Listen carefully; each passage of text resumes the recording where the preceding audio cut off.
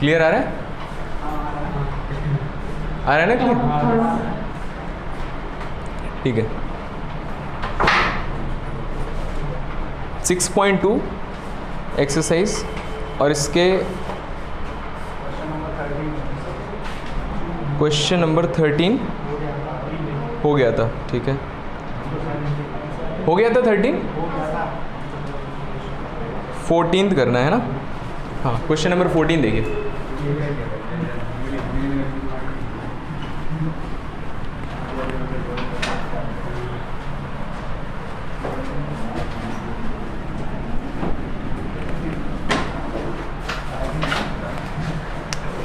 Question number 14, for what value of a the function given by fx is equals to x square plus ax plus 1 is an increasing in 1, 2. 6.2 question number 14.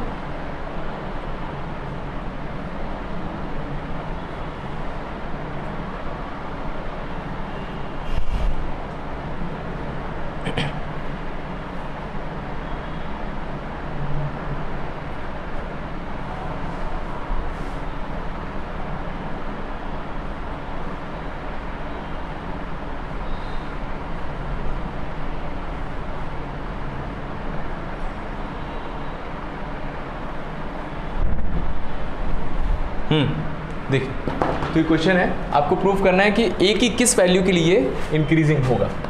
तो सबसे पहले तो हमें क्या करना है, differentiation निकालना है। ठीक है, तो डिफरेंशिएशन कर दिया इसका, f dash x is equals to कितना हो जाएगा, 2x प्लस a।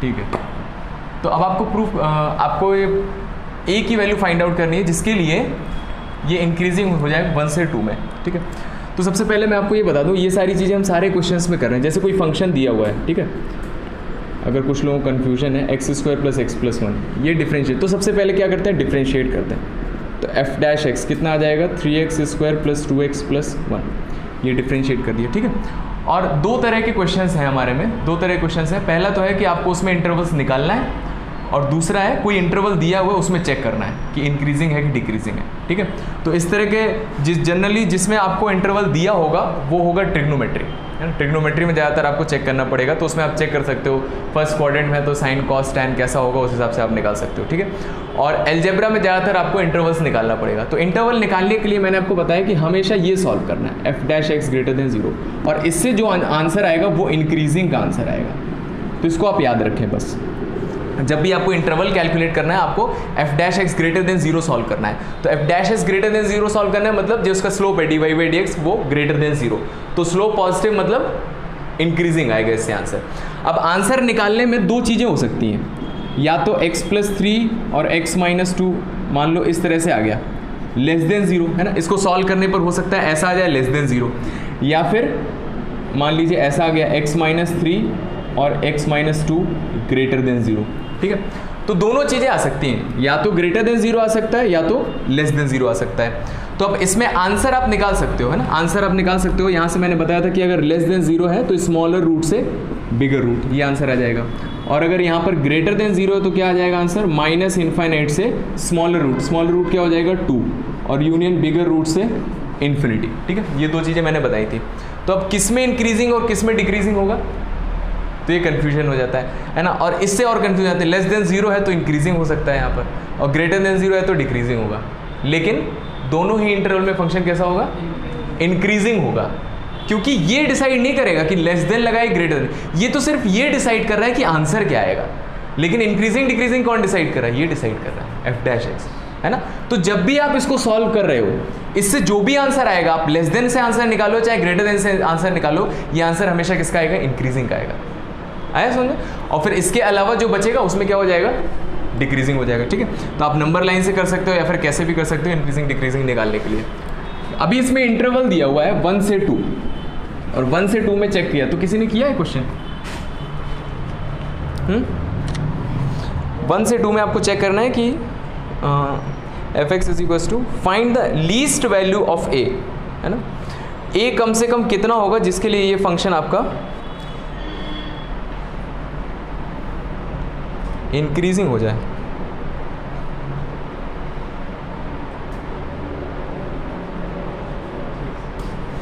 ए की लीस्ट वैल्यू निकालनी है, ठीक है। तो फंक्शन इंक्रीजिंग करना है ना, फॉर इंक्रीजिंग फंक्शन क्या करेंगे, F dash x greater than 0 होना चाहिए, ठीक है।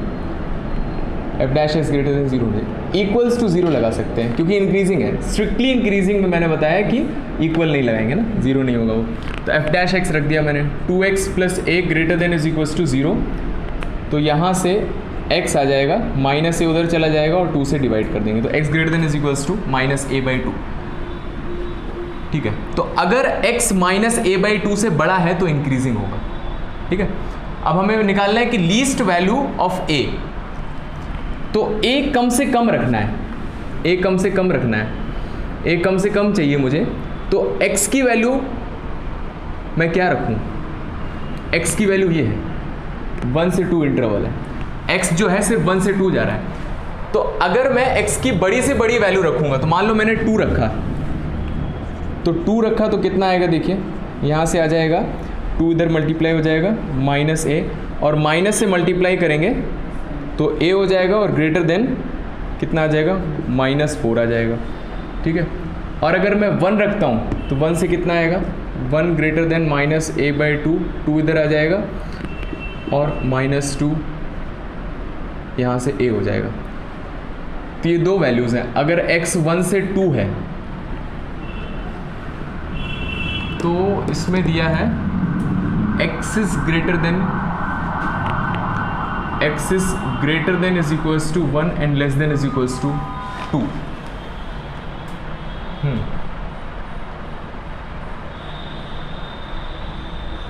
तो अगर मुझे a मिनिमम निकालना है तो आप x मिनिमम रख दीजिए, आ जाएगा। x मिनिमम कितना है, 1, और 1 रख दीजिए यहाँ पर, तो आपका a मिनिमम आ जाएगा, सीधी सी बात है, ठीक है। तो x की मिनिमम वैल्यू 1 है, तो आप 1 यहाँ पर रख दीजिए, जैसे हमने ऊपर ऑलरेडी सॉल्व किया है। और +2 इधर मल्टीप्लाई होगा तो साइन चेंज नहीं होगा, माइनस है, और माइनस से मल्टीप्लाई करेंगे तो इनइक्वलिटी चेंज हो जाएगा। तो a कितना आ जाएगा, greater than is equals to -2, तो मिनिमम वैल्यू a की कितनी आ जाएगी, -2। तो फिर ये सब नहीं देखना पड़ेगा, ठीक है, सीधी सी बात। अगर आपको x मिनिमम निकालना है, a मिनिमम निकालना है, तो x की वैल्यू मिनिमम रख दीजिए, लिख लीजिए।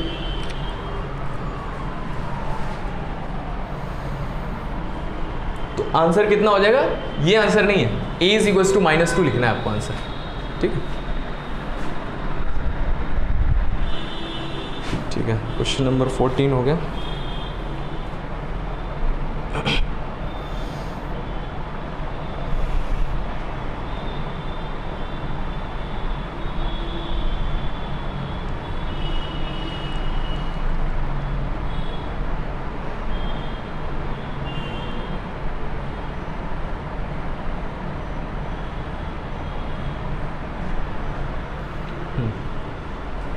क्वेश्चन नंबर 15 देखिए।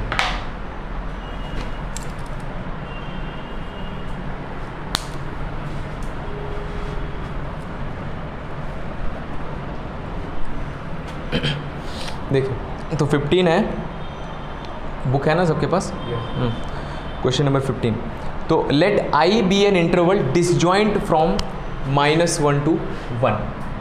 तो i एक इंटरवल है डिसजॉइंट फ्रॉम -1 to 1। डिसजॉइंट का मतलब क्या होता है, डिसजॉइंट सेट पढ़ा आपने 11th की फर्स्ट क्लास में, चैप्टर 1 में। डिसजॉइंट सेट क्या होता है,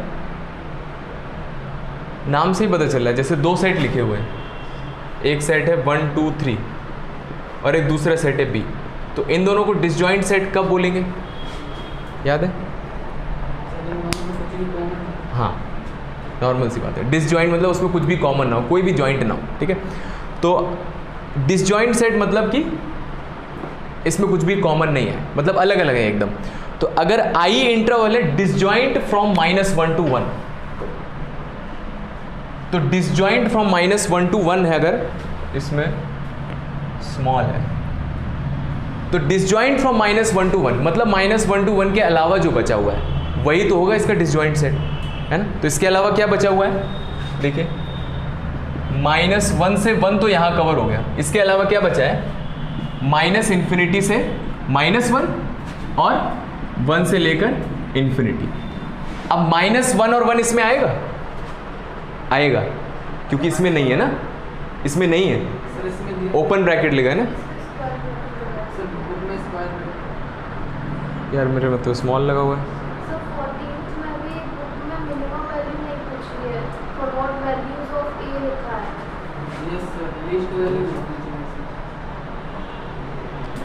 find the least value of a. मैंने नेट में भी ये क्वेश्चन सर्च किया था, तो उसमें भी जो आप बोल रहे हो वही क्वेश्चन था और बुक में अलग है। दिखाओ। For what values of a the function is increasing in this। तो अगर 14 लिखा हुआ है तो फिर आपका आंसर ये लिख देना, a ग्रेटर देन -2, ठीक है।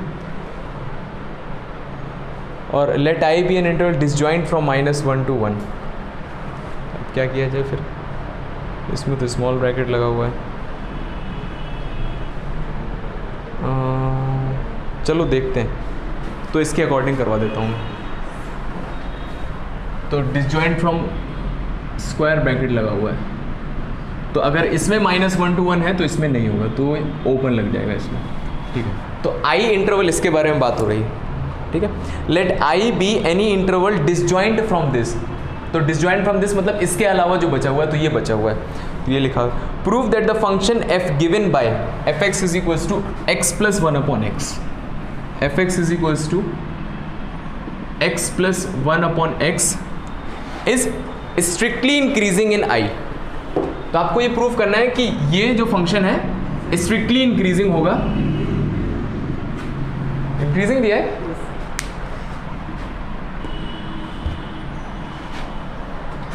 अब तो इन्होंने अपने आप को ही कॉन्ट्रडिक्शन कर दिया। चलो ठीक है, इंक्रीजिंग प्रूफ कर लेते हैं। वैसे स्ट्रिक्टली इंक्रीजिंग होगा क्योंकि सब क्लोज इंटरवल लिखा हुआ है, ओपन इंटरवल है, बताया था मैंने। ओपन इंटरवल में स्ट्रिक्टली इंक्रीजिंग होता है, क्लोज इंटरवल में सिर्फ इंक्रीजिंग होता है। चलो ठीक, कोई बात नहीं। तो इसमें इंक्रीजिंग प्रूफ करना है, तो ठीक है। तो मैंने डिफरेंशिएट कर दिया, कितना आ जाएगा, x का डिफरेंशिएशन 1 और 1 अपॉन एक्स का differentiation -1 upon x square. Increasing निकालना है तो यहाँ पर लिख दीजिए फॉर इंक्रीजिंग, तो f dash x greater than 0। अब इंक्रीजिंग निकालना है अगर, तो इक्वल्स टू भी लगाना चाहिए था। चलो देखते हैं।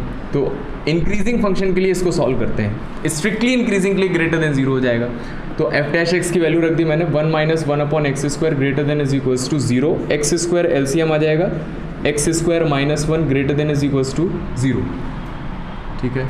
इस इंटरवल की बात हो रही है, तो x है ये इस इंटरवल में, तो क्या यहाँ पर 0 है? 0 है? नहीं है, तो x 0 नहीं हो सकता, तो एक्स स्क्वायर हमेशा पॉजिटिव होगा, है ना। तो इससे कोई फर्क नहीं पड़ेगा, तो इसको इधर मैंने मल्टीप्लाई कर दिया। इनइक्वालिटी में अगर कोई पॉजिटिव नंबर है, अगर आप श्योर हो कोई नंबर पॉजिटिव है या फिर नेगेटिव है, तो आप उससे मल्टीप्लाई डिवाइड कर सकते हो, उससे आंसर पर कोई फर्क नहीं पड़ेगा। तो एक्स स्क्वायर से मैंने मल्टीप्लाई कर दिया और ऊपर फैक्टराइज कर लिया, तो x + 1 और x - 1 greater than is equals to 0। तो इसका आंसर निकालेंगे अगर, तो -1 से 1, है ना, और ग्रेटर देन 0, तो प्लस माइनस प्लस हो जाएगा आपका, और ग्रेटर देन वाला आंसर चाहिए, तो ये वाला आंसर आ जाएगा, ठीक है। तो x बिलोंग्स टू -∞ से -1। अब उस इंटरवल की बात हो रही थी, वैसे आंसर आपका ये आएगा, ठीक है। तो इसमें फंक्शन इंक्रीजिंग है, तो अब इसमें फंक्शन इंक्रीजिंग है, तो 1-2 वैल्यूज हटा भी देंगे तो भी फंक्शन इंक्रीजिंग होगा ना। अगर इसमें इंक्रीजिंग है, ये मैं हटा दूँ, तो इसमें बताओ कैसा है, इंक्रीजिंग होगा, है ना। और इसको हटा दूँ तो इसमें भी इंक्रीजिंग होगा। तो अकॉर्डिंग टू क्वेश्चन जो पूछा था, तो x -∞ से -1 यूनियन 1 से इन्फिनिटी, तो कुछ कम किया है मैंने, कुछ ऐड नहीं कर सकते हो आप इसमें, है ना। तो उसमें से आप कोई इंटरवल बीच का हटा दो, कोई दिक्कत नहीं है। मैंने बताया था अगर डिसकंटिन्यूअस भी हो जाए तो भी इंक्रीजिंग हो सकता है ना। जैसे मान लीजिए आपसे पूछा जाए कि a से b में फंक्शन इंक्रीजिंग है, इंक्रीजिंग है। अब बताइए क्या a से b में फंक्शन इंक्रीजिंग है? हाँ, बढ़ रहा है ना, कहीं कम तो हो नहीं रहा है, और कांस्टेंट भी नहीं है। तो मैंने बताया था कंटिन्यूअस डिसकंटिन्यूअस अफेक्ट नहीं करेगा, है ना, और डिफरेंशिएबिलिटी नॉट डिफरेंशिएबिलिटी भी अफेक्ट नहीं करेगा। तो उस तरह से आप आंसर मोल्ड करके लिख सकते हो कि is increasing. So function is, यहाँ पर लिख दीजिएगा, सो फंक्शन इज इंक्रीजिंग, लिखिए, नोट करिए, फंक्शन इज इंक्रीजिंग इन, तो इस इंटरवल में फंक्शन कैसा होगा, इंक्रीजिंग होगा। वैसे आपका एग्जाम में आएगा तो वही आएगा, उसमें शायद गलत लिखा हुआ है। अगर आप उसमें स्मॉल ब्रैकेट बनाते हो तो यहाँ पर आपका क्लोज ब्रैकेट बन जाएगा, तो फिर आपको इंक्रीजिंग प्रूफ करना पड़ेगा और आंसर में भी क्लोज ब्रैकेट आएगा, -1 से 1।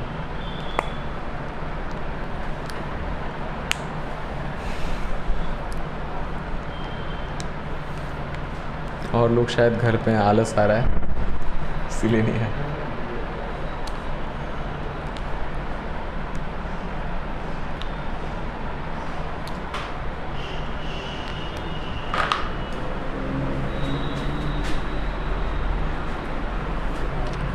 आगे बढ़ते हैं हम, क्वेश्चन नंबर 16।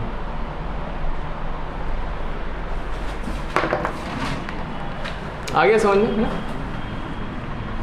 तो जिसके अकॉर्डिंग पूछा गया क्वेश्चन में आप उस हिसाब से मॉडिफाई कर दीजिए बस। 16th यही है ना, fx is equals to log sin x, चेक कर लेना। इसको आपको प्रूव करना है कि strictly increasing in 0 to π/2 and strictly decreasing in π/2 to π, ये है क्वेश्चन।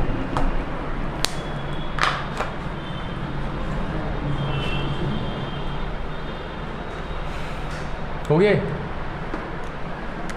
चलो देखिए। हाँ, तो इसको डिफरेंशिएट कर दिया, आपको इंटरवल दिए गए उसमें चेक करना है, तो सबसे पहले तो डिफरेंशिएट कर दिया मैंने f'(x), तो log x का डिफरेंशिएशन 1/x, तो 1/sin x आ जाएगा, sin x का डिफरेंशिएशन cos x आ जाएगा, तो ये cot x आ जाएगा। तो अब इसमें इंटरवल निकालना नहीं, आपको दिया गया है, तो for x belongings to 0 to π/2, तो 0 to π/2 की बात करें तो फर्स्ट क्वाड्रेंट में cot पॉजिटिव, तो f'(x) पॉजिटिव, तो फर्स्ट क्वाड्रेंट में लिख देना cot x is greater than 0, f'(x) is greater than 0, तो फंक्शन इज, और ओपन इंटरवल की बात कर रहे हैं तो स्ट्रिक्टली इंक्रीजिंग। इसी तरह से उसमें लिख दीजिए, ये सेकेंड क्वाड्रेंट है, सेकेंड क्वाड्रेंट में cot नेगेटिव होता है। For x belongings to π/2 to π, cot x less than 0, तो f'(x) लेस देन 0, तो function is strictly decreasing.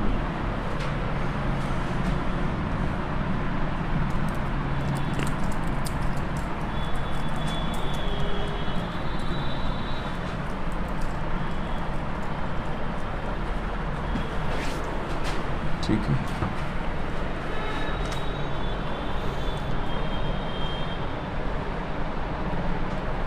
Next log cos x है क्या 17, तो ये इसी तरह का है फिर, तो mod cos x लिखा है, इसमें तो log sin x लिखा था ना। चलो देखते हैं, ऐसे कुछ फर्क नहीं पड़ेगा। 17th f(x) is equals to log mod cos x, ये आपको चेक करना है, 0 से π/2 एंड π/2 से π, 0 to π/2, π/2 से π। इसमें आपको प्रूफ करना है कि फंक्शन इज स्ट्रिक्टली डिक्रीजिंग और इसमें स्ट्रिक्टली इंक्रीजिंग। ठीक है, देखिए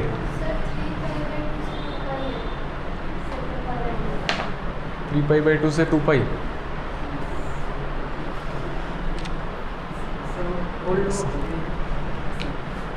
थ्री π/2 से 2π, चलो ठीक है, कोई बात नहीं।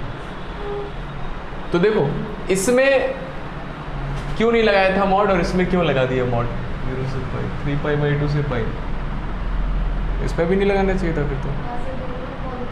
हाँ, ये दोनों क्वाड्रेंट फर्स्ट सेकंड क्वाड्रेंट है। First second quadrant basically log के अंदर वाला नंबर पॉजिटिव आना चाहिए, लॉग के अंदर पॉजिटिव आना चाहिए, वो तभी वो डिफाइंड होता है। तो ये फर्स्ट क्वाड्रेंट सेकंड क्वाड्रेंट में साइन पॉजिटिव होता है, तो इसलिए उसमें मॉड नहीं लगा है। यहाँ पर भी नहीं लगाना चाहिए, यहाँ पर भी नहीं लगाना चाहिए, क्योंकि ये फर्स्ट क्वाड्रेंट और fourth quadrant, first and fourth दोनों में कॉस पॉजिटिव होता है। अगर ये π/2 से पाई होता तब यहाँ पर लगाने की ज़रूरत थी, क्योंकि π/2 से पाई में नेगेटिव हो जाता है और फिर यहाँ पर माइनस में आ जाता है। चलो ठीक है, तो इसको हम डिफ्रेंशिएट कर सकते हैं? नहीं कर सकते, क्योंकि मॉड लगा। तो पहले मॉड ओपन करना पड़ेगा। तो मुझे यहाँ दिख रहा है दोनों ही क्वाड्रेंट में कॉस पॉजिटिव है, तो प्लस साइन के साथ खुल जाएगा, तो log cos x। तो डिफ्रेंशिएट कर दिया f'(x), तो 1 cos हो जाएगा cos x का माइनस साइन x, तो माइनस tan x आ जाएगा। बस इसके बाद लिख दीजिए।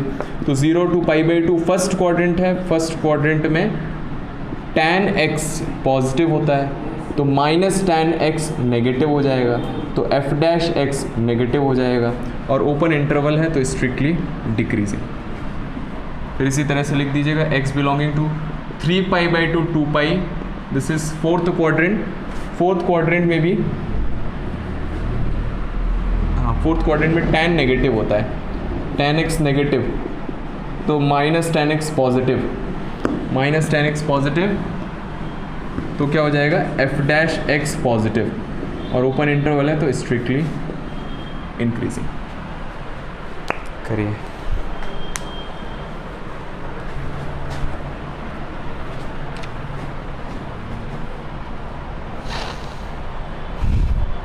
एटीन तो कर लिया होगा मेरे ख्याल से, क्यूबिक इक्वेशन है, सिंपल कर लिया ना।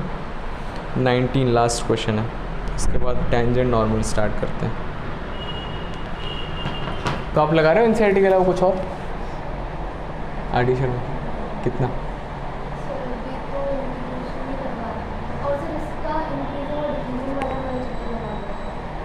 ठीक है, इंटीग्रेशन में कितना इनडेफिनेट लगा लिया पूरा? डेफिनेट तो फिर स्टार्ट नहीं होगा डेफिनेटली। चलिए लगा लेना उसको, है ना। और अगर टाइम नहीं मेरे लगे, बहुत ज़्यादा क्वेश्चन है, तो कम से कम एग्जाम्पल्स लगा लेना, कम से कम एग्जाम्पल। और उसके साथ अगर लगा पाएँ तो एक्सरसाइज के लेवल 2, और अगर बिल्कुल भी टाइम ना हो तो एग्जाम्पल्स और एक्सरसाइज दोनों का लेवल 2, बस उसमें सब कुछ कवर हो जाएगा। आया समझ में? ठीक है, आगे बढ़ते हैं।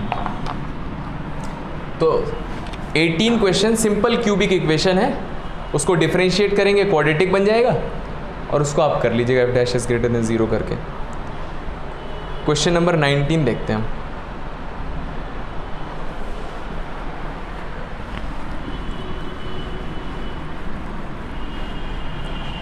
क्वेश्चन नंबर 19,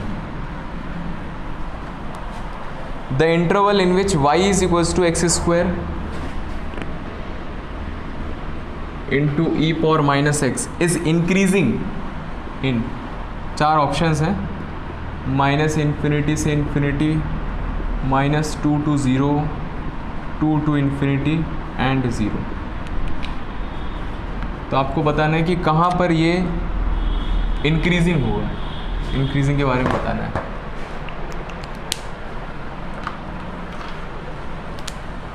चलिए देखें, तो इसका इंक्रीजिंग निकालना है, तो सबसे पहले डिफरेंशिएट कर दें। डिफरेंशिएशन तो कर ही सकते हैं, इस पूरे चैप्टर में पहली चीज़ हमें करनी है डिफरेंशिएट करनी है।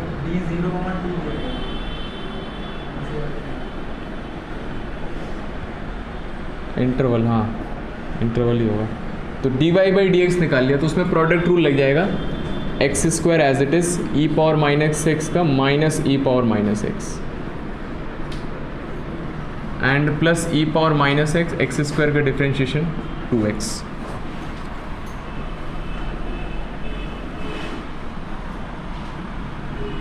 कुछ कॉमन आ रहा है, देखो e power minus x common है और एक x कॉमन है, तो x इंटू ई पावर माइनस x कॉमन ले लिया, तो यहाँ से x इंटू ई पावर माइनस x जाएगा, तो कितना बचेगा 2। ठीक है, ये पहले लिख दिया मैंने। यहाँ से एक x चला गया और e पावर माइनस x, तो एक x बचा और माइनस x आ जाएगा। आगे समझ में? अटेंडेंस लिखिए, लिखिए, मैं बताता हूँ नाम। हाँ, तो अब इसमें चेक करिए किसमें dy/dx पॉजिटिव है। प्रशांत, राठौर, राहुल, आयुष।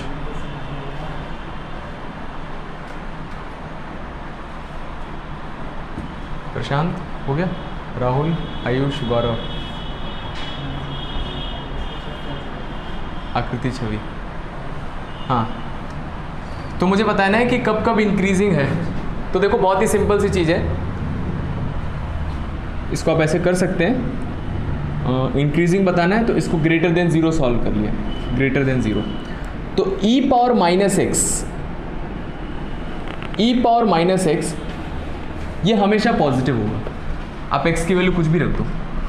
x की वैल्यू अगर मैं देखो पॉजिटिव नंबर रखता हूँ तो x की वैल्यू मैंने पॉजिटिव नंबर रखी तो 1 रखा तो -1, e पावर -2, e पावर -3, ये सारे 1/e, 1/e square, 1/e cube है ना। e जो होता है ये 2.7 के आसपास होता है, तो 1/e पॉजिटिव है। माइनस तो कहीं लगा नहीं है, आगे माइनस लगा तो पावर में माइनस लगने से वो माइनस नहीं होता है ना। और 1/e क्यूब ये सारे पॉजिटिव नंबर है, ठीक है। आप 0 रखोगे तो e पावर 0 कितना हो जाएगा, 1 हो जाएगा, ये भी पॉजिटिव है। और पॉजिटिव नंबर रखो, नेगेटिव नंबर रखोगे तो -1 रखा तो 1 बन जाएगा, -2 रखेंगे तो 2 बन जाएगा, -3 रखेंगे तो 3 बन जाएगा। तो ये तो वैसे ही पॉजिटिव आ रहे हैं ना। तो ये नंबर हमेशा पॉजिटिव है, कभी भी 0 नहीं हो रहा है और नेगेटिव नहीं है। तो इसके बारे में हमें पता है, तो इससे हम क्या कर देते हैं, डिवाइड कर देते हैं।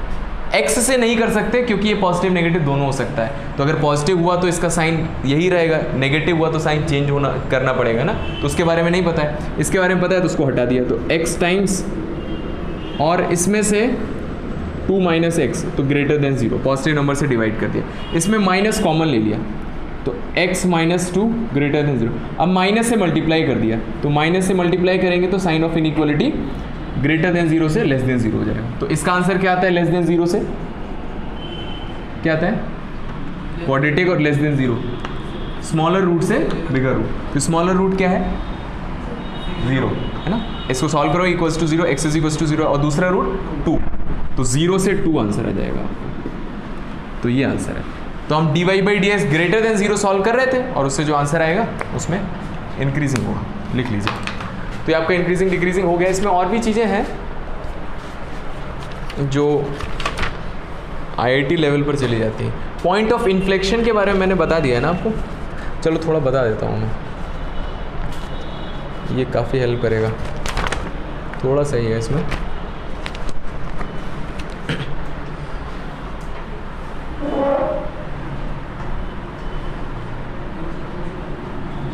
डेफिनेशन बेस्ड है इसलिए बता देता हूँ। हेडिंग डालिए। तो ये बोर्ड का टॉपिक नहीं है, कॉन्केविटी। कॉन्केविटी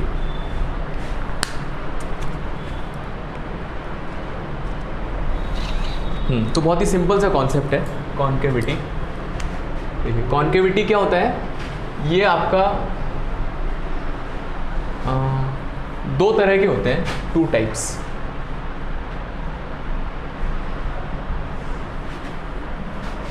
ये सिर्फ IIT का टॉपिक है ना। तो कॉन्केव एक होता है कॉन्केव अप, कॉन्केव अप, ये कैसा दिखता है, ऐसा दिखता है। तो कॉन्केव अप बेसिकली आपके हैंड की डायरेक्शन पर डिपेंड करता है ना। इसको कैसे देख सकते हैं, इस तरह से देखेंगे तो कॉन्केव तो जानते हैं ना, कॉन्केव और कॉन्वेक्स।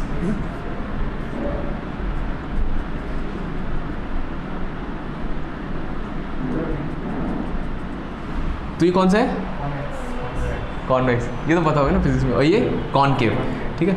तो अगर कॉन्केव है तो बेसिकली आपको देखना है हैंड की डायरेक्शन से, आपके हैंड की डायरेक्शन से, डायरेक्शन ऑफ हैंड। तो ये ग्राफ इस तरह का है ना। तो कॉन्केव किस तरफ है, ऊपर की तरफ है ना, इसलिए इसको बोलते हैं कॉन्केव अप, ठीक है। और इसी तरह से अगर मैं बनाता हूं इस तरह का ग्राफ तो इसको क्या बोल देंगे, कॉन्केव डाउन। तो ये कॉन्केविटी किस तरफ है, नीचे की तरफ, concave up and concave down, ये दो चीज़ें होती हैं। अब इसका क्या यूटिलाइजेशन होता है, एक्चुअली इसको ग्राफ बनाने के लिए यूज़ करते हैं, ग्राफ बनाने के लिए यूज़ करते हैं। तो ग्राफ बनाने के लिए यूज़ करते हैं, तो इसमें लिख लीजिए पता कैसे चलता है कि कहाँ पर कॉनकेव अप होगा और कॉनकेव डाउन। तो टू आइडेंटिफाई कॉनकेविटी,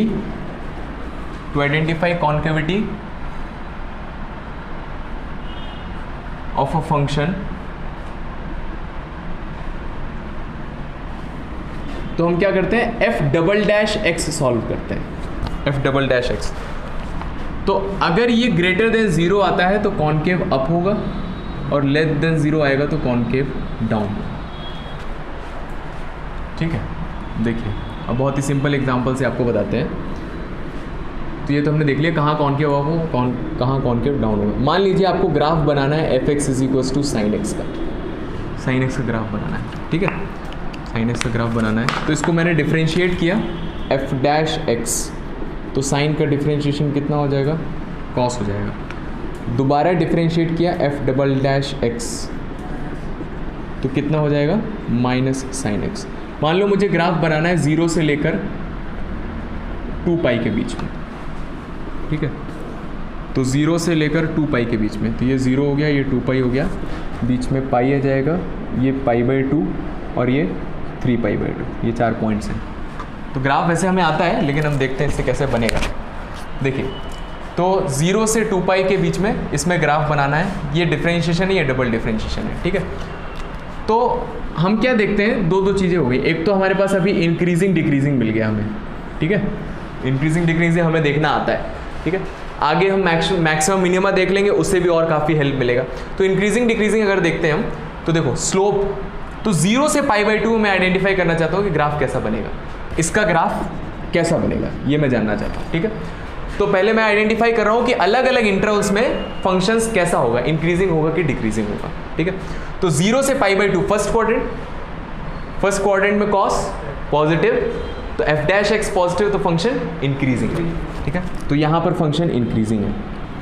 ठीक है, second quadrant cos negative decreasing, तो यहाँ पर फंक्शन डिक्रीजिंग है।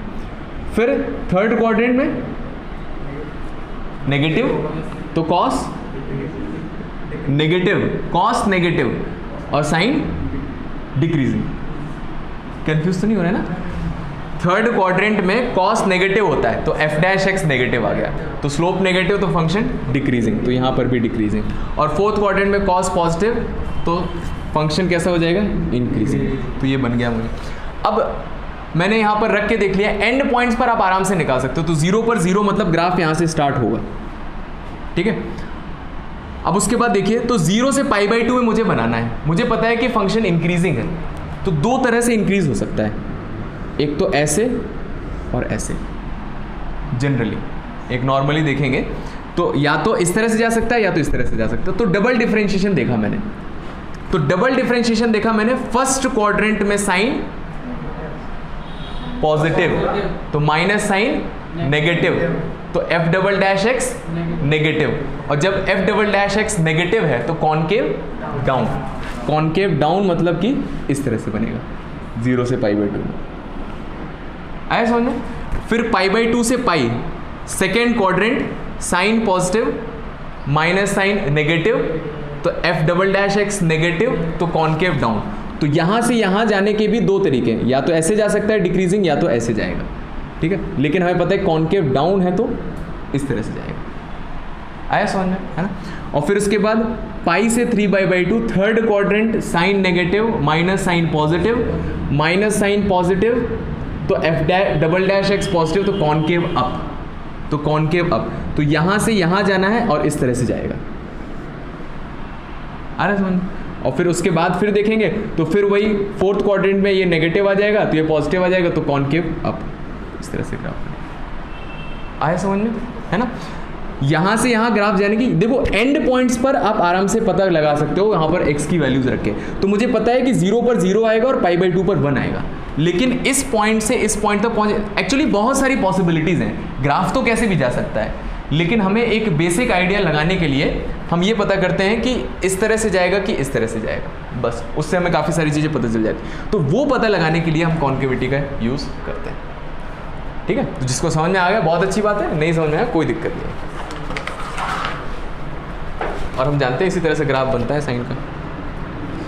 बस एक लास्ट पॉइंट हम लिख लेते हैं, पॉइंट ऑफ इन्फ्लेक्शन। ये है आपका बोर्ड में, और ये इसके बारे में मैं ऑलरेडी डिस्कस कर चुका हूँ, है ना। क्या होता है पॉइंट ऑफ इन्फ्लेक्शन? कल या परसों की क्लास में बताया था मैंने एक क्वेश्चन में।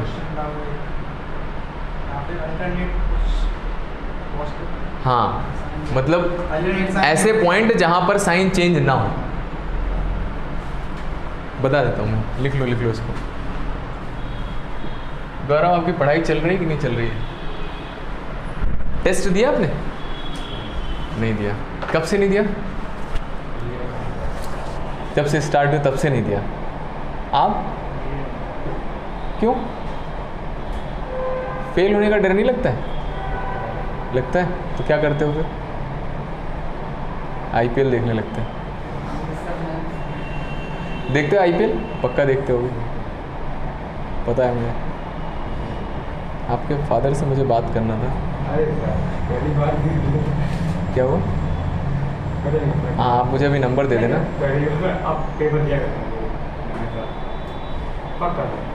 नहीं, आप पढ़ाई नहीं कर रहे हो। मैट्रिक्स का मैंने वीडियो भेजा, देखा आपने?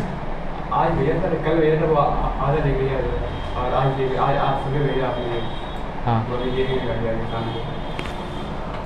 देखो मैं लिख के दे सकता हूँ, अगर आप टेस्ट नहीं देंगे तो फेल हो जाएंगे। फिर आप सोच लीजिए 6 महीने बाद मैथ्स का पेपर ख़राब हुआ, उसके बाद क्या करेंगे? अब घर वाले सोच रहे थे एनडीए में जाएगा या इसकी तैयारी करेगा, एयरफोर्स में जाएगा। अब तो फेल हो गए, तो कंपार्टमेंट का पेपर देना पड़ेगा। और अभी कंपार्टमेंट का पेपर हुआ है, वो डबल टफ आया है। जो बोर्ड का पेपर था उससे डबल टफ आया, तो उसमें श्योर है स्टूडेंट्स कि वो भी नहीं निकलेगा। कितनी बार दे सकते हैं कंपार्टमेंट, पता नहीं मुझे,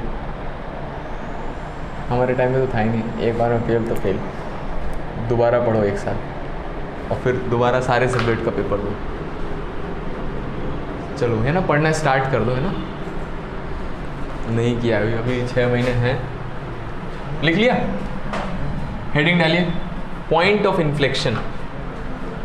इस पर आपके एनसीईआरटी में एग्जाम्पल दिया हुआ है, पॉइंट ऑफ इन्फ्लेक्शन।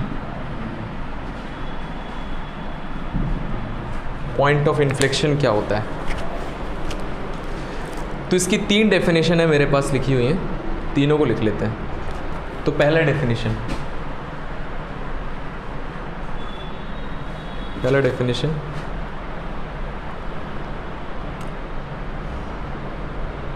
लिखो, a function has point of inflection. A function has point of inflection at x is equals to a. A function has point of inflection as at x is equals to a if its concavity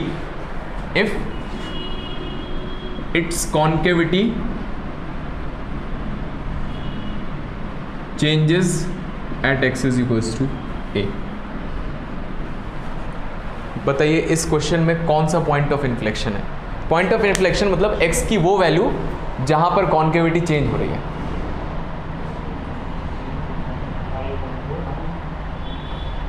हाँ, तो दिख रहा है ना, यहां से यहां तक कॉन्केव डाउन है और फिर उसके बाद कॉन्केव अप हो गया, तो किस पर चेंज हुआ? पाई पर। तो यहाँ पर x इज इक्वल्स टू पाई है पॉइंट ऑफ इन्फ्लेक्शन। ठीक है, आप चाहो तो उसमें एग्जांपल करके लिख सकते हो दैट प्रीवियस ग्राफ में x इज इक्वल्स टू पाई है।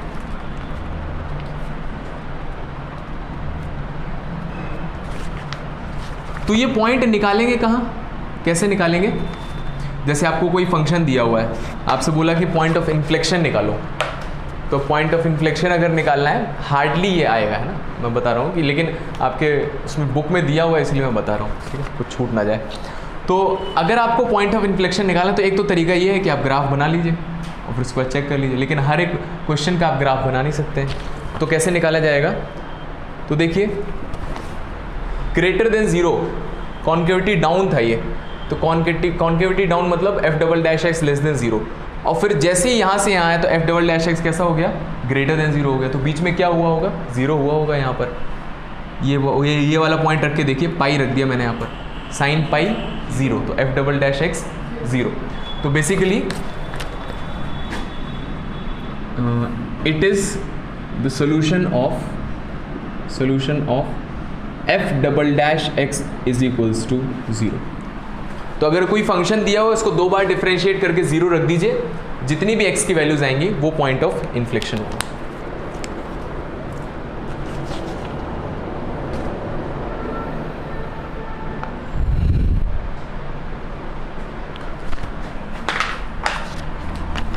सेकेंड डेफिनेशन, यही बहुत अमेजिंग डेफिनेशन है। देखो, point on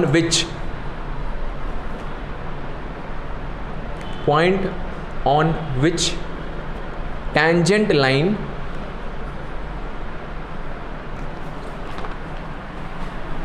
cuts the curve, point on which tangent line cuts the curve is called POI, short में लिख लेना।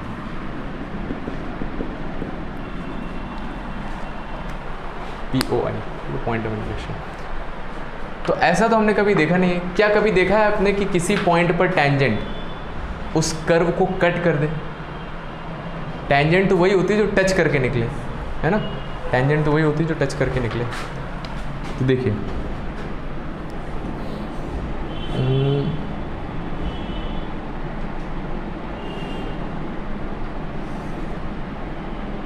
ये ग्राफ है साइन एक्स का, ठीक है? ये पॉइंट है x is equals to zero.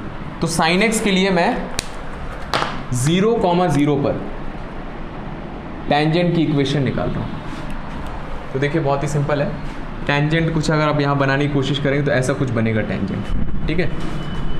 तो टैंजेंट बनाने के लिए, तो किसी लाइन की इक्वेशन निकालने के लिए मुझे एक पॉइंट चाहिए और उसका उस पॉइंट पर स्लोप चाहिए। तो स्लोप के लिए मैंने डिफ्रेंशिएट कर दिया dy बाई डी एक्स। तो साइन एक्स का डिफ्रेंशिएशन कॉस एक्स।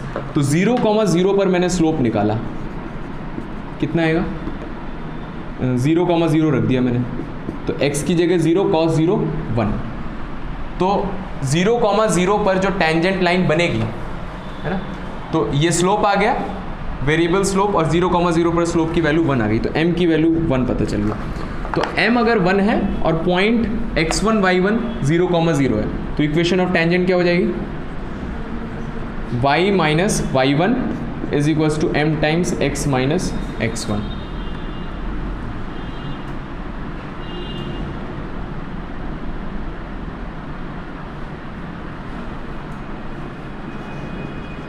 तो y is equals to x आ गया। ये तो गड़बड़ कर दिया।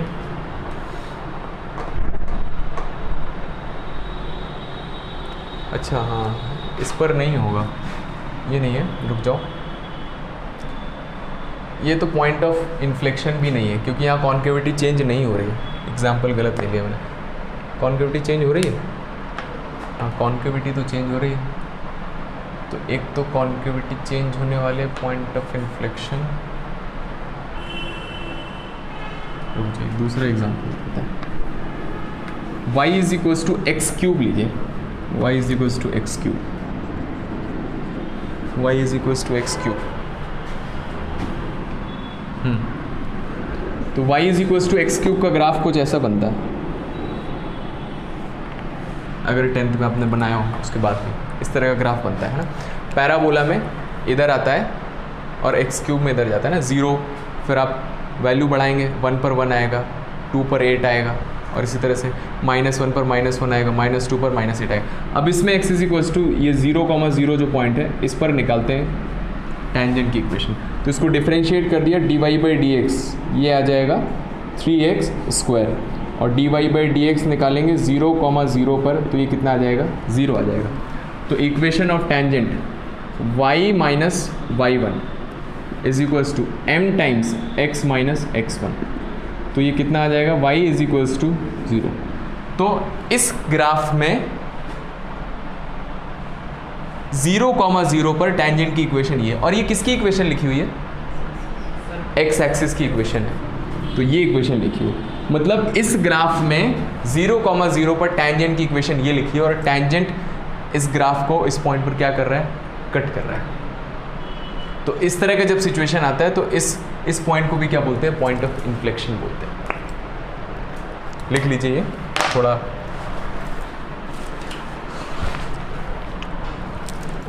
बोर्ड में इसमें एक आध दो क्वेश्चंस आए हुए हैं बस, ठीक है। तो हम इसको यहीं स्टॉप कर देते हैं, हमारा ये वाला टॉपिक जो है कॉनकेव अप, कॉनकेव डाउन वगैरह। एक लास्ट हेडिंग बस लिख लीजिए,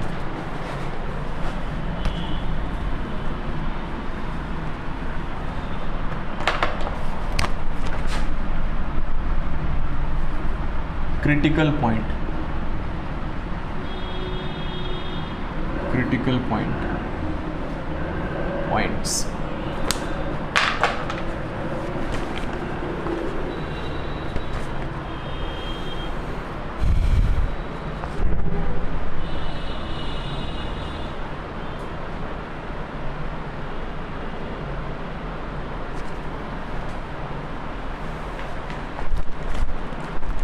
क्रिटिकल पॉइंट्स क्या होता है? सुना है क्या? बुक लगाई होगी तो शायद अभी नहीं आया होगा। लिखिए इसमें, ये है इम्पॉर्टेंट है, बोर्ड में आता है। तो क्रिटिकल पॉइंट वो पॉइंट जहाँ पर सिचुएशन क्रिटिकल होती है मतलब सिचुएशन क्रिटिकल मतलब जैसे यहाँ से यहाँ तक फंक्शन इंक्रीजिंग है, ठीक है, और उसके बाद डिक्रीजिंग हो गया। अब इस पर पूछा जाए तो नाइदर इंक्रीजिंग नॉट डिक्रीजिंग है, ठीक है। तो ये पॉइंट ऐसे हैं जो डिफ्रेंशिएट करते हैं, अलग अलग करते हैं कि इसके पहले इंक्रीजिंग इसके बाद डिक्रीजिंग, या इसके पहले डिक्रीजिंग इसके बाद इंक्रीजिंग, ठीक है। तो ऐसे पॉइंट्स को बोलते हैं क्रिटिकल पॉइंट, ठीक है। तो लिखिए critical points, these are the solutions of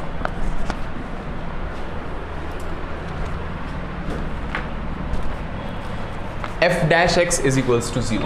बस देख लीजिए, ये वही पॉइंट होंगे जहां पर स्लोप कैसा होगा? 0 होगा। जो टेंजेंट आएगा वो एक्स एक्सिस के पैरेलल होगा, है ना, क्योंकि जब जब पैरेलल होगा तभी नाइदर इंक्रीजिंग नॉट डिक्रीजिंग, उसके पहले डिक्रीजिंग या फिर इंक्रीजिंग सारी चीजें होंगी। तो ये वो पॉइंट है जहां पर f डैश x 0 है, ये भी f डैश x 0 है। तो these are the solutions of f dash x is equals to 0। तो क्वेश्चन आपका इस तरह से आता है, बहुत ही simple, find critical points of fx is equals to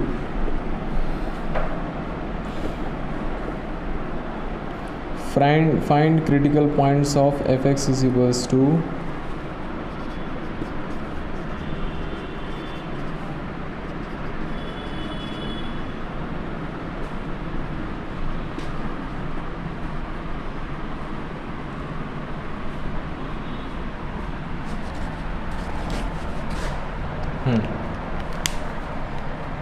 करिए।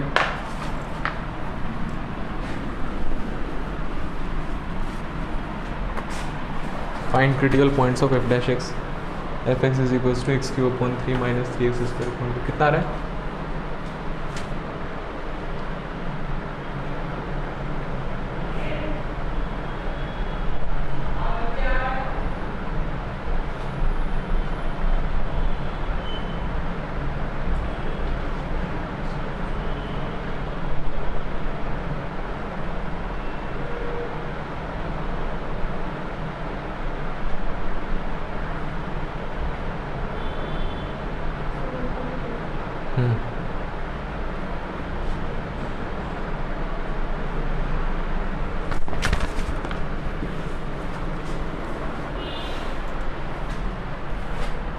आगे डिफरेंशिएट करोगे सीधी सी इक्वेशन आ जाएगी। तो कितना हो जाएगा? 3 से 3 कट जाएगा, एक्स स्क्वायर, और फिर यहाँ 2 आगे आ जाएगा, तो 2 से 2 कट जाएगा, 3x प्लस 2। डिफरेंशिएट कर पाए? बस इसको 0 कर दो, ये लिखा है आपका x minus 1 x minus 2 is equals to 0, तो x की वैल्यू आ गई 1 और 2। ये है क्रिटिकल पॉइंट्स, ठीक है। अगला हेडिंग डालिए। तो ये आपका इंक्रीजिंग डिक्रीजिंग खत्म हो गया। इसको लगा लेना, प्रैक्टिस करना, नहीं तो सब उड़ जाएगा। Tangent and normal, tangent and normal, ये बहुत ही अच्छा और सिंपल टॉपिक है इसका, ठीक है। टैंजेंट नॉर्मल,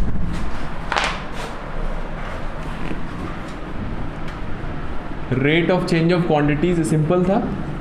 इसके अलावा एक आएगा अप्रॉक्सीमेशन एंड डिफरेंशिएशन, अप्रॉक्सीमेशन आएगा, वो भी सिंपल है। उसके बाद ये टैंजेंट नॉर्मल है। फिर उसके बाद आता है डिफ़िकल्टी लेवल में इंक्रीजिंग डिक्रीजिंग, और लास्ट में आता है मैक्सिमम मिनिमम। तो देखिए टैंजेंट एंड नॉर्मल, तो बस दो कॉन्सेप्ट यहाँ पर लगेंगे। जैसे मान लीजिए ये कोई ग्राफ है किसी फंक्शन का, ये पॉइंट है x0, y0, x0, y0, और ये ग्राफ दिया हुआ y is equals to fx। आपसे इस पॉइंट पर टैंजेंट की इक्वेशन पूछिए, ठीक है। तो देखिए इक्वेशन, तो सबसे पहले हाँ, इक्वेशन ऑफ टैंजेंट कैसे निकालेंगे? तो लाइन की इक्वेशन निकालनी है। तो इस लाइन की इक्वेशन निकालने के लिए, लाइन की इक्वेशन निकालने के लिए पॉइंट चाहिए और स्लोप चाहिए। y minus y1 is equal to m times x minus x1, यही लगेगा हर जगह पूरी एक्सरसाइज में। नहीं, एक और है नॉर्मल निकालने के लिए, ठीक है। तो हमें क्या है, पॉइंट तो एकदम पका पकाया हुआ दिया हुआ, हर क्वेश्चन में दिया जाएगा ये ऑलमोस्ट, नहीं तो कम से कम x दिया जाएगा, तो आप x की वैल्यू कर्व में रख देना तो y आ जाएगा, तो पॉइंट पता रहेगा आपको। बस स्लोप निकालना है, और स्लोप कैसे निकालेंगे, इसको डिफरेंशिएट कर देना और ये पॉइंट रख देना, बस हो गया। तो सबसे पहले स्लोप निकाल लिया, तो स्लोप कैसे निकालेंगे, dy/dx निकाल के उसमें x0, y0 रख देना, तो स्लोप आ जाएगा, ठीक है। तो इक्वेशन क्या हो जाएगी, equation y minus y0 is equals to m times x minus x0, और ये है आपका m। ये टैंजेंट की इक्वेशन है, इसको मैं m1 बोल देता हूँ, ठीक है। इसको याद रखें, m1 यहाँ से निकल जाएगा, और ये फिर इक्वेशन ऑफ नॉर्मल। तो नॉर्मल क्या होता है, तो टैंजेंट तो पता होगा, इसको बताने की ज़रूरत नहीं है, 10th में भी पढ़ रहे हो आप। किसी पॉइंट पर वो लाइन जो उसको टच कर रही हो उसको बोलते हैं टैंजेंट, ठीक। और नॉर्मल किसी कर्व का वो पॉइंट जिस पर लाइन परपेंडिकुलर है ना, तो इस पॉइंट पर एक लाइन बना लीजिए जो परपेंडिकुलर है, ये पॉइंट x0, y0, ठीक है। तो ये परपेंडिकुलर होना चाहिए। तो इसका स्लोप अगर मैं m1 बोल रहा हूँ और इसका स्लोप m2 बोल रहा हूँ, तो हमें पता है इन दोनों के स्लोप में क्या रिलेशन होता है, सदियों से रिलेशन चला आ रहा है। क्या होता है, हाँ, अगर दो लाइन परपेंडिकुलर है तो उनके स्लोप में रिलेशन होता है, 11th आपने पढ़ा होगा, m1 m2 is equals to minus, ठीक है। तो as lines are perpendicular, lines perpendicular हैं, तो m1 m2 is equals to -1। तो m1 हमें ऑलरेडी पता है ऊपर से, m2 निकाल लेंगे, लिख लो इसको।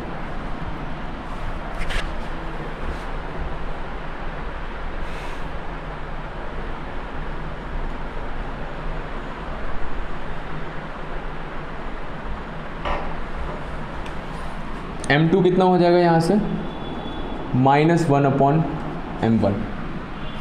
तो आपको पहले m1 तो निकालना ही पड़ेगा डिफरेंशिएट करके। डिफरेंशिएट करके क्या आता है, टेंजेंट का स्लोप आता है हमेशा उस पॉइंट पर, और फिर उसका रेसिप्रोकल कर दीजिए माइनस के साथ, वो m2 आ जाएगा, और फिर इस लाइन की इक्वेशन लिख दीजिए।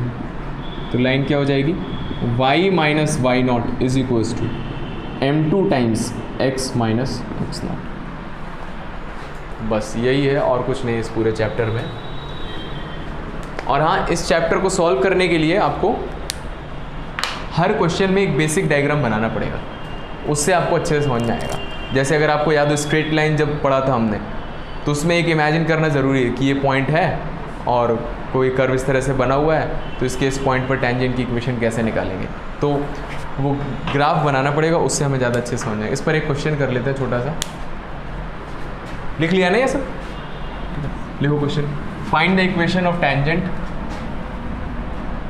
And normal. Find equation of tangent and normal for fx is equals to x square minus 2x plus 3 at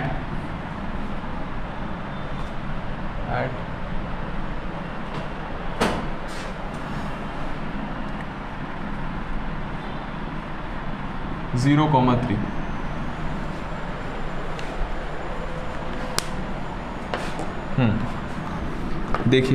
देखिए कैसे करना है। तो ये fx है, डिफ्रेंशिएट कर दिया f dash x 2x minus 2, ठीक है। तो ये है आपका dy बाई dx। m1 निकाला तो dy बाई dx किस पॉइंट पर निकाला? 0,3 रख दिया यहाँ पर, तो 0 रख देंगे, 3 रखने के लिए कुछ है नहीं, तो -2 आ जाएगा, तो स्लोप आ गया। तो टेंजेंट की इक्वेशन क्या हो जाएगी? y minus y1 is equals to m times x minus x1। आया समझ में? आ गया? देख लो, इसको सॉल्व कर दिए तो y minus 3 is equals to -2x। -2x इधर आ जाएगा तो प्लस का 2x हो जाएगा, प्लस y और 3 उधर भेज दीजिए, ये आंसर आ जाएगा टेंजेंट। इसी तरह से नॉर्मल निकाल लीजिए। तो नॉर्मल के लिए m2 और m1 ये -1 होगा, तो m2 कितना आ जाएगा? -1 अपॉन m1, -1 अपॉन m1 कितना है? -2, तो 1/2 आ गया। तो क्या हो जाएगी? y minus y1 is equals to m2 times x minus x1। यहाँ 2 से मल्टीप्लाई कर दीजिए, 2y minus 6 is equals to x, उधर ले जाइए x minus 2y plus 6 is equals to 0। This is your answer.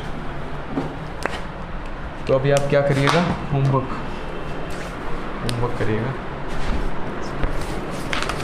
तो टेंजेंट नॉर्मल जो दिया है 6.3 एक्सरसाइज, इसके आप वैसे तो सारे क्वेश्चन लगा सकते हैं, 15 क्वेश्चन लगा लेना कम से कम, ठीक है।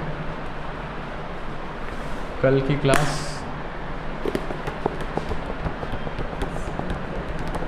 संडे है, कल की एक्स्ट्रा क्लास रखेंगे, रिलेशन फंक्शन जो आगे बचा हुआ है उसको कंप्लीट करेंगे, ठीक है। तो सुना है कि 15 तारीख से शायद ऑफलाइन चालू हो रहा है, तो देखेंगे, अगर करना होगा तो ऑफलाइन कर देंगे। ये तो ऑनलाइन भी अच्छा चल रहा है।